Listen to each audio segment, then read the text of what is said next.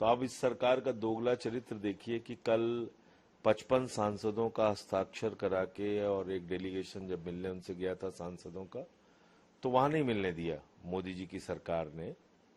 और आज मंत्री गए मिलने, कोई बात नहीं, क्योंकि सबको उनके स्वास्थ्य की चिंता थी, सबकी अपील थी कि वो अपना अनशन खत्म करें। उनका जीवन इस देश के लिए अमूल्य है, लेकिन जो आंदोलन के मुद्दे हैं, इस देश के करोड़ों युवाओं के मुद्दे हैं, उस मुद्दे का क्या हुआ? मुसद्दा तो मिल गया नरेंद्र मोदी जी को, कह रहे हैं हमें मुसद्दा मिल गया, मेरे ख्याल से वो मसौदा कहना चाह रहे होंगे। लेकिन जो डिमांड थी आंदोलनकारियों की, उसमें से कौन सी डिमांड उनकी पूरी हुई, ये महत्वपूर्ण है। और इसीलिए शायद जो सीजेपी है उसके नेता अभिजीत दीपके ने ये कहा कि भाई अनशन खत्म होगा लेकिन आंदोलन जारी रहेगा, क्योंकि 1 करोड़ रुपए जो लोग मृतक थे उनको मुआवजा देने की बात, जिन्होंने आत्महत्या की थी, जिन नौजवान छात्र छात्राओं ने, इसके अलावा जो आंदोलनकारी हैं उन पे मुकदमे न लिखे जाएं, शिक्षा मंत्री का इस्तीफा हो, ये जो डिमांड्स थी नौजवानों की, उसका क्या हुआ, उस पे सरकार क्या करेगी वो देखना होगा। और जहां तक आम आदमी पार्टी का प्रश्न है, इस देश के करोड़ों युवाओं का आंदोलन है, जब तक ये आंदोलन चलेगा हम लोग आंदोलन के साथ हैं, नंबर 1।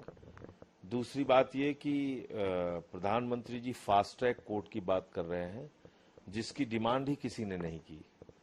फास्ट ट्रैक कोर्ट की असलियत ये है कि इस देश में बलात्कार के मामलों से लेकर एसिड विक्टिम के मामलों से लेकर तमाम चीजों में फास्ट ट्रैक कोर्ट बनाने का प्रावधान है।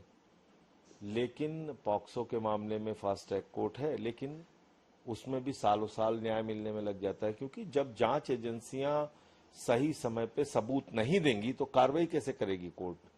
और खुद नीट के पेपर लीक में मोदी जी के अधीन आने वाली सीबीआई ने 2024 में 90 दिन तक चार्जशीट दाखिल नहीं की, इस आधार पर पेपर चोरों को बेल मिल गई। अब आज की बात हम कर लेते हैं, जब प्रधानमंत्री फास्ट ट्रैक कोर्ट बनाने की बात कर रहे हैं, उस समय सीबीआई ने संजीव मुखिया के बारे में लिख के दिया कि 2026 नीट पेपर लीक में उनके खिलाफ कोई सबूत नहीं है। तो जब आपकी सीबीआई सबूत ही नहीं देगी तो फास्ट ट्रैक कोर्ट क्या कर लेगा भाई? फास्ट ट्रैक कोर्ट में क्या नतीजा निकल जाएगा? इसलिए ये फास्ट ट्रैक कोर्ट की बात तो बड़ी हास्यास्पद है और कहीं ना कहीं ये आंदोलन को भटकाने की कोशिश है। सर, प्रधानमंत्री ने एक वीडियो संदेश जारी करते हुए, मैं उसी वीडियो संदेश की ही बात कर रहा हूं जो उन्होंने जारी करके बोला है कि हम फास्ट ट्रैक कोर्ट बनाएंगे और ये करेंगे वो करेंगे। ऐसी तो कोई डिमांड छात्रों की थी नहीं। साथ ही उन्होंने लेकिन एक ट्वीट और करते हुए साथ में कहा कि सोनम जी से वह आग्रह करते हैं कि डॉक्टरों की सलाह के अनुसार अपनी दिनचर्या रखें, जल्द से जल्द अपना पुराना वजन वापस करें, और वो कह रहे हैं कि मैं ईश्वर से प्रार्थना करता हूं कि सोनम जी स्वस्थ रहें। देखिए, ऐसा है, हुजूर आते आते बहुत देर कर दी। 25 दिन से सोनम वांगचुक जी अनशन पे थे। प्रधानमंत्री को उनकी सुध लेने की फुर्सत नहीं मिली। पूरी दुनिया की सैर उन्होंने की, मेलोडी चॉकलेट उन्होंने खाई, लेकिन एक व्यक्ति अपना जीवन दांव पे लगा के नौजवानों का मुद्दा उठा रहा था, उसके बारे में बातचीत करने की फुर्सत प्रधानमंत्री को नहीं थी। जब वो देख रहे हैं कि आंदोलन का विस्तार पूरे देश में हो रहा है, तब वो ये सारी चीजें कर रहे हैं। तो उनका ये दोहरा चरित्र लोग समझ रहे हैं।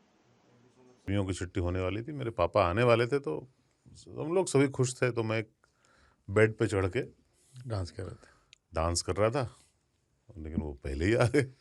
फ्रीज। तो मैं उस समय तो कंटिन्यू नहीं कर सकता था ना, तो फ्रीज फ्रेम टाइप का हो गया। कसम पैदा कर